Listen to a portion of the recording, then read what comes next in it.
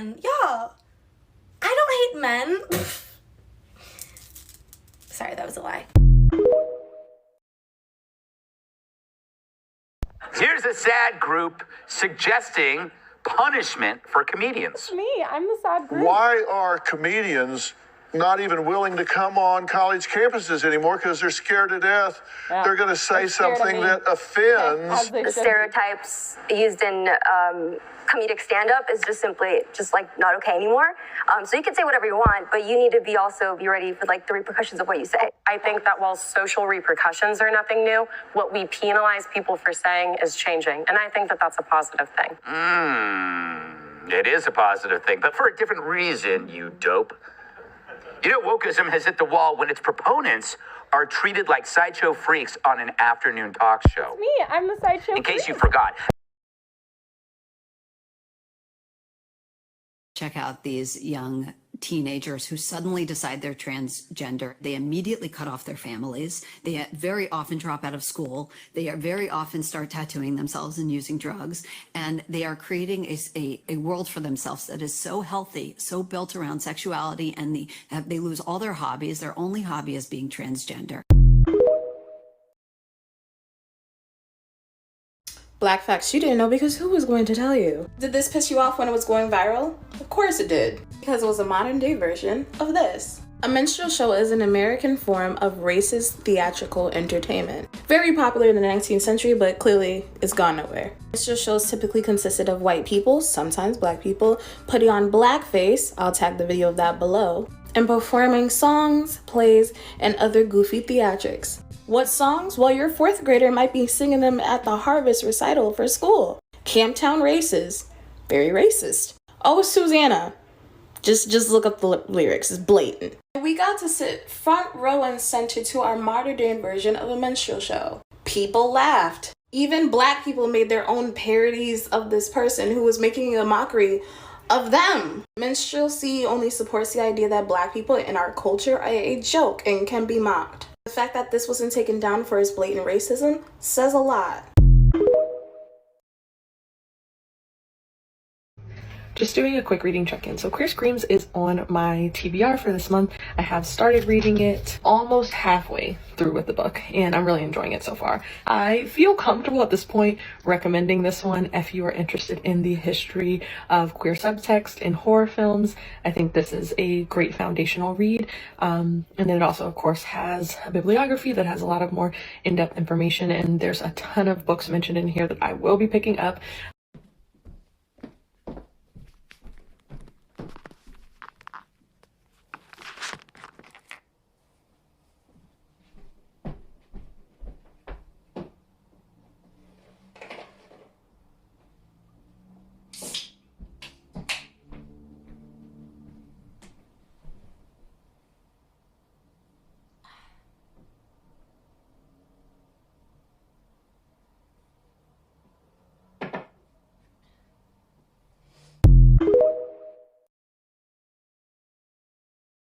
This is how I imagine conversations going for people who aren't autistic, because you guys just make things up in your head. Hey, how are you? She thinks she's better than me. I'm great. What about you? Her eyebrows are slightly raised. She wants to fight. We should really go out for coffee sometime. I do not want to go out for coffee, ever. And this is the autistic streamlined communication that actually makes sense to me. Hey, how are you? I'm great. How are you? I'm good. We should go out for coffee sometime. Yeah, I love coffee. When are you free? Easy peasy. Nobody knows who you are. You have to get to the side. You can't block the walkway. Groomers. Shame on Groomers! you. Woo! You're a groomer and you're going to hell. Enjoy hell, baby. Shame on you. You need to Enjoy hell. Enjoy hell. For my children that you're mentally ill gay. Enjoy hell. Why do you need my children to validate your sexual deviancy? You'll never be a woman. You'll never be a woman. You'll never be a woman. Cut off your dick all you want. You'll never be a woman. You'll never be a woman. It's black. That's me in the corner. That's me in the spotlight, losing my religion.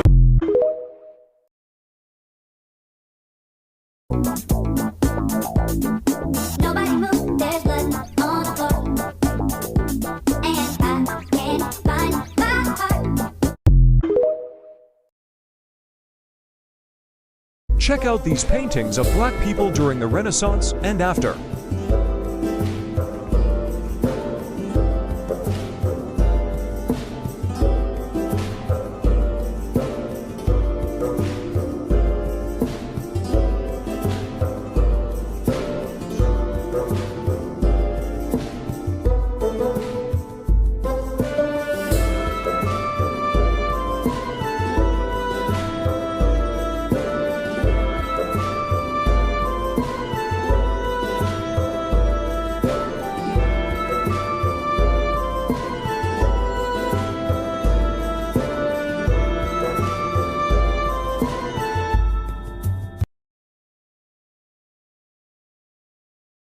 Misogyny check. Let your phone complete the sentence, women are. I'm gonna go ahead and say mine's okay, because I sit to pee and I'm an ally.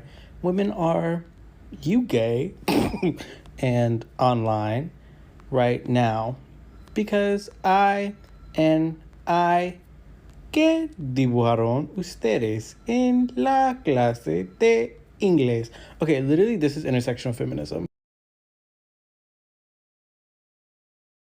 Which of these is a bike locker? This, or this? Obviously this one, right? Yeah, good job. These things are amazingly useful and helpful, but not enough people know about them. Why? Look at this nondescript gray box. It's a bike locker too. It honestly took me reading a CBC News article entitled "London spent thousands on bike lockers sitting unused" for me to even realize what those gray boxes were in the first place. See this? It's a random utility box in London. See this? It's a bike locker. Do you see the difference? Because I don't. Like, who in their right mind thought that this was a good idea? This is good marketing. This is bad marketing. This is how you convey to potential customers that this metal box is something that you can store your bicycle in. It's even colorful and beautiful. This, on the other hand, is setting everything up for failure.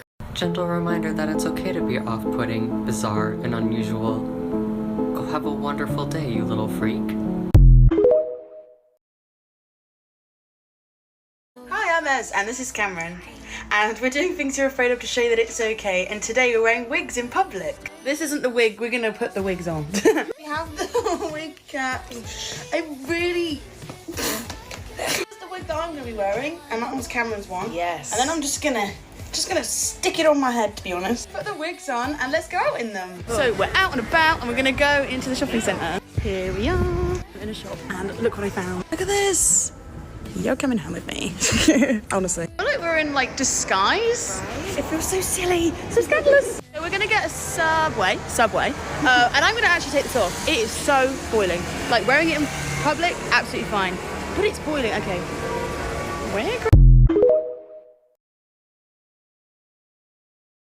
Okay, so today, I've decided to dissolve my wiener in acid. New bottom surgery just... Hey, Cole, don't you think this joke is, like, kind of a little overdone? And given the fact that this video you're stitching is, like, a year old and already has multiple of these comments, don't you think, like, you could not do this? But I want to. You are going to have people tagging you in videos of people chopping meat off, and you don't want that, do you? No. So what are we gonna do? New bottom surgery D's nuts. Got it! You know what makes me sick? Some of these natives try to act real indigenous and real sacred all the time. Like, we get it, you have long hair, you have beaded accessories, you have braids. You're just so indigenous. It just makes me sick. Like, we all know, deeply down inside, you're just a little res kid. Like, settle down. Excuse me, Mr. Native Guy, can you provide me with some wisdom? Oh, young warrior. Yes, I can provide you with the wisdom you need.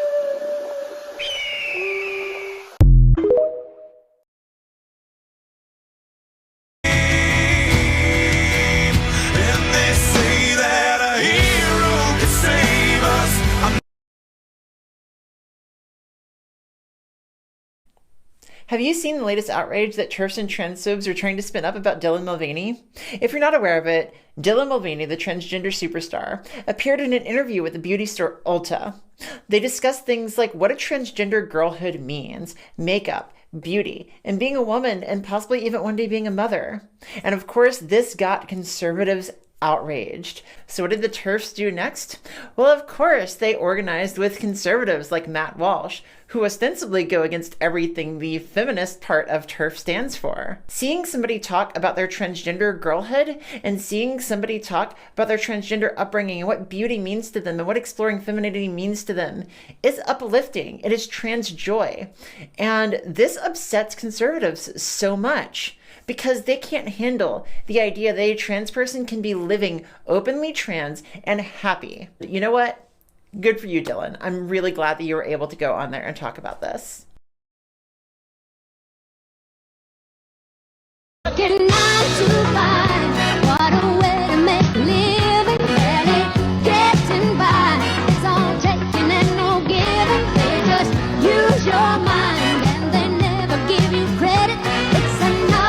Tasty sandwich time, baby. Let's go. There is so much fantasized domestic violence on this app. It is seriously weird. Like that dumbass I woke up Chris Breezy meme where people act out scenarios where they would beat up their girlfriends for like breaking their Xbox or some shit, or commenting equal rights, equal fights when a woman slaps the guy for saying something horrible. First off, for the fellas who do this shit, I feel really bad for your drywall and for anyone who engages with you romantically. I truly hope you remain kissless for the sake of safety. Second, goddamn, you need to stop acting confused when people say that heteronormative relationships scare them. Shit like this is why I want to eat that.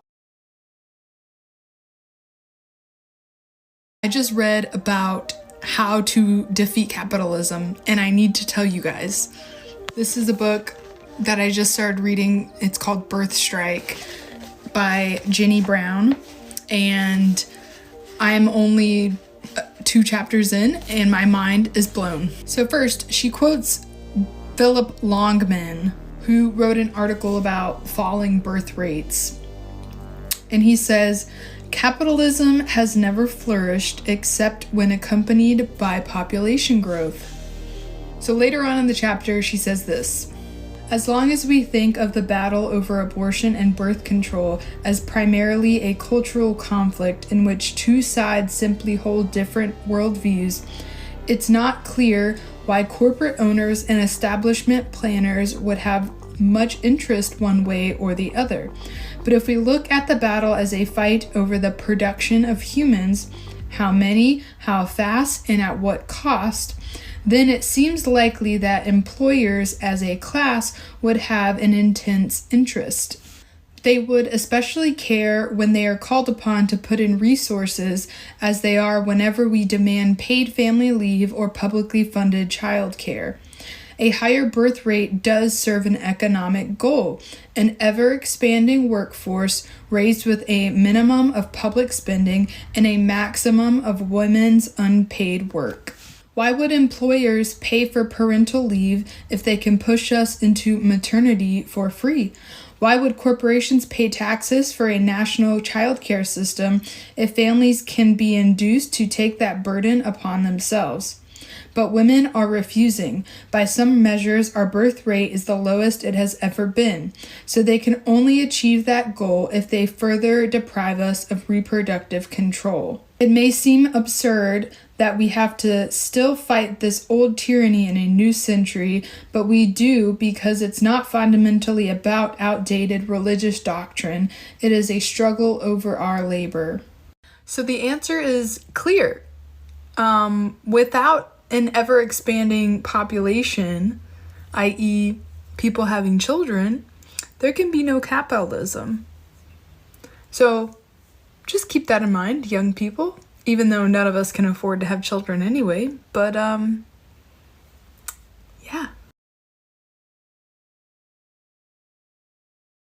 Whew.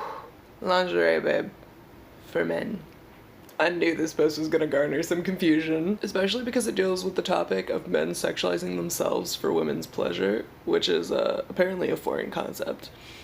And while that definitely has something to do with the patriarchy, I can't tell you how many men I've been with that I've had to basically coach them into learning how to be sexy. They all would express the exact same sentiment to me. Men cannot be sexy. That is for women only. And then of course there's always the men who are like, that's gay.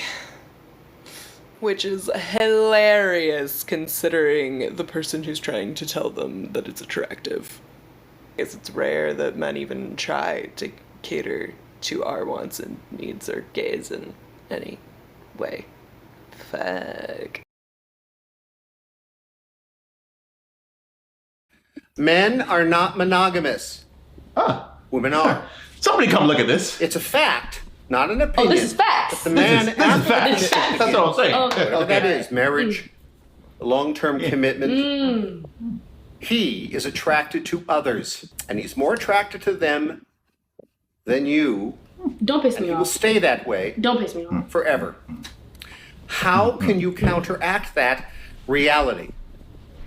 It's the duty of a good wife, of a good committed girlfriend, to keep her man stimulated.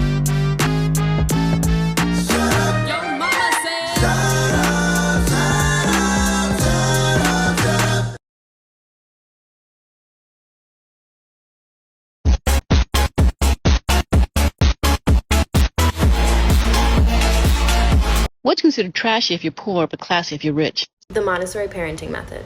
If your child sleeps on a mattress on the floor in an empty room because you're poor and you can't afford furniture, society will tell you that you're trashy and that you suck and that you should go to work more. But if you can afford to buy a $300 handmade floor bed off of Etsy to put a mattress in on the floor, well, then you're classy as fuck. And your baby's room is super cute. And you're so cool for like gentrifying this parenting method that was meant for people that didn't have a lot of money.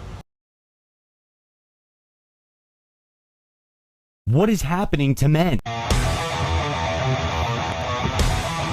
having a slumber party!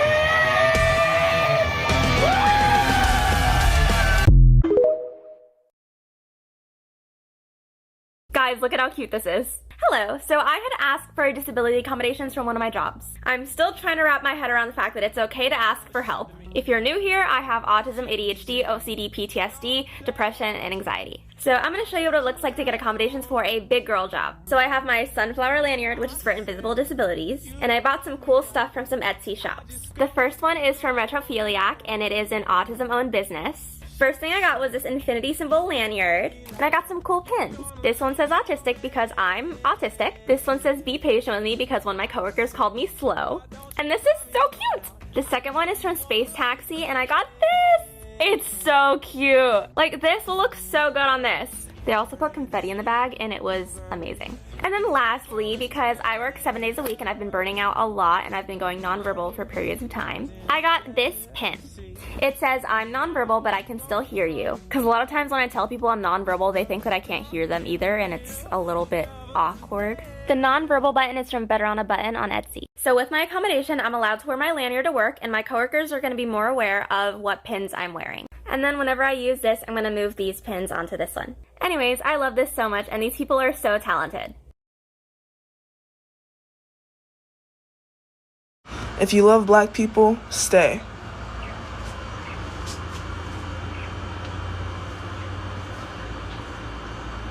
I'm so happy. I feel so fucking adorable. I feel so like cute. I just love it so much. Like it's just like bitch, I can go to work like this. Like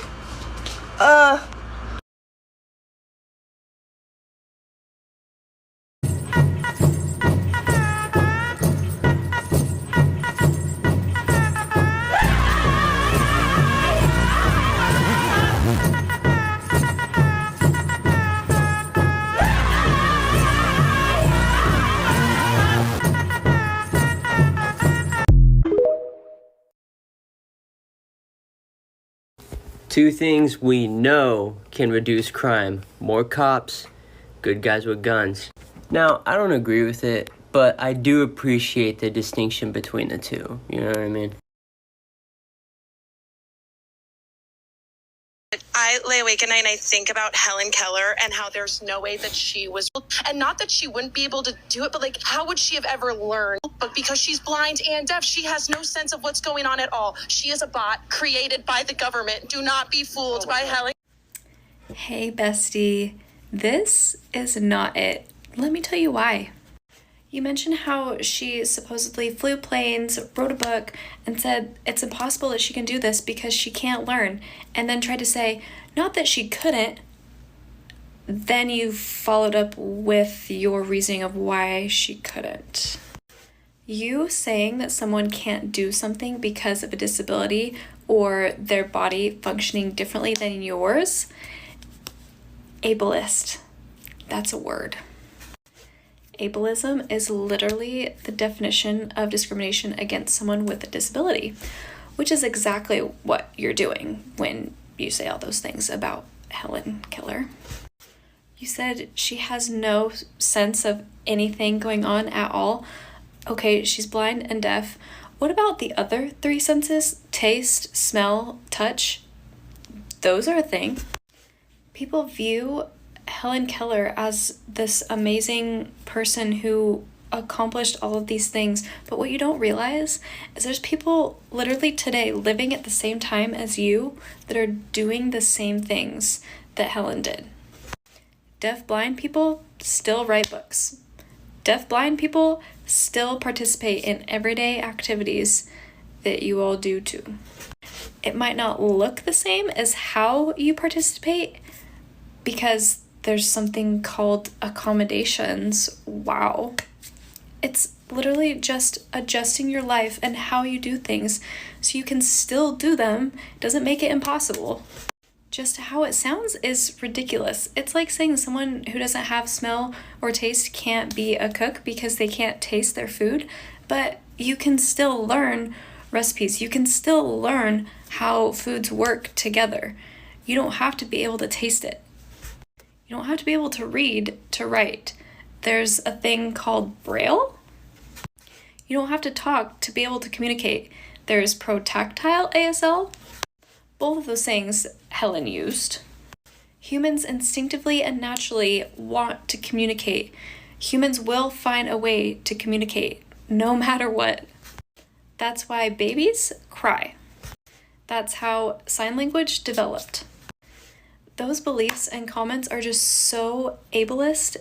It's unbelievable. I can't believe there are still people out there like that. Saying it's a bot made up by the government?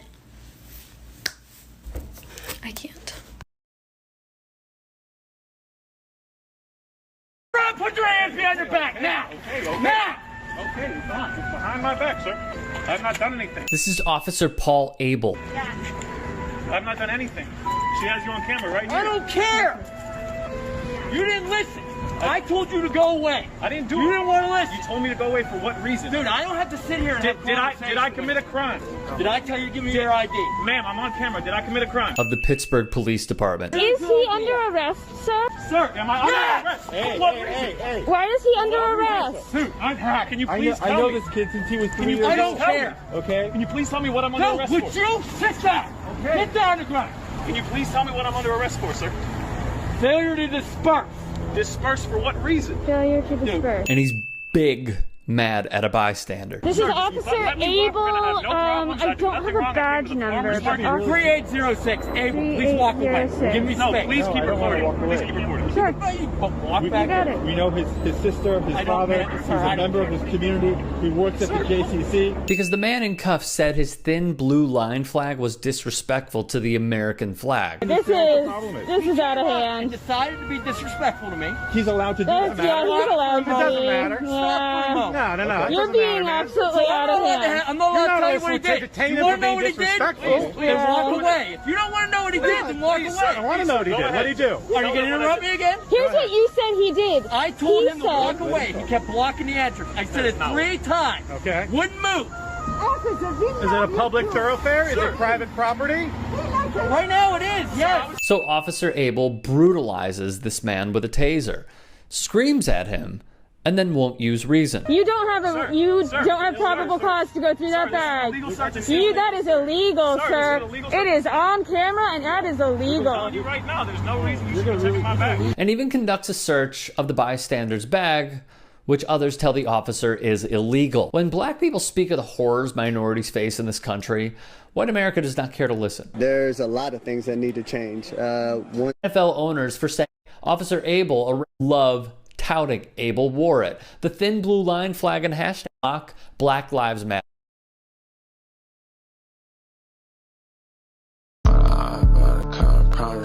Speak up when I hop about the car, I promise I'm gonna speak up when I hop about the cut, I promise I'm gonna speak up when I hop about the cut, I promise I'm is through shape language. Circle-based characters are cuter, nicer, and fun. Triangle-based characters are edgy, serious, and maybe dangerous. That video brings up a great conversation about anti-Semitism portrayals in media that you don't even notice. What do all those triangle characters have in common? I don't know.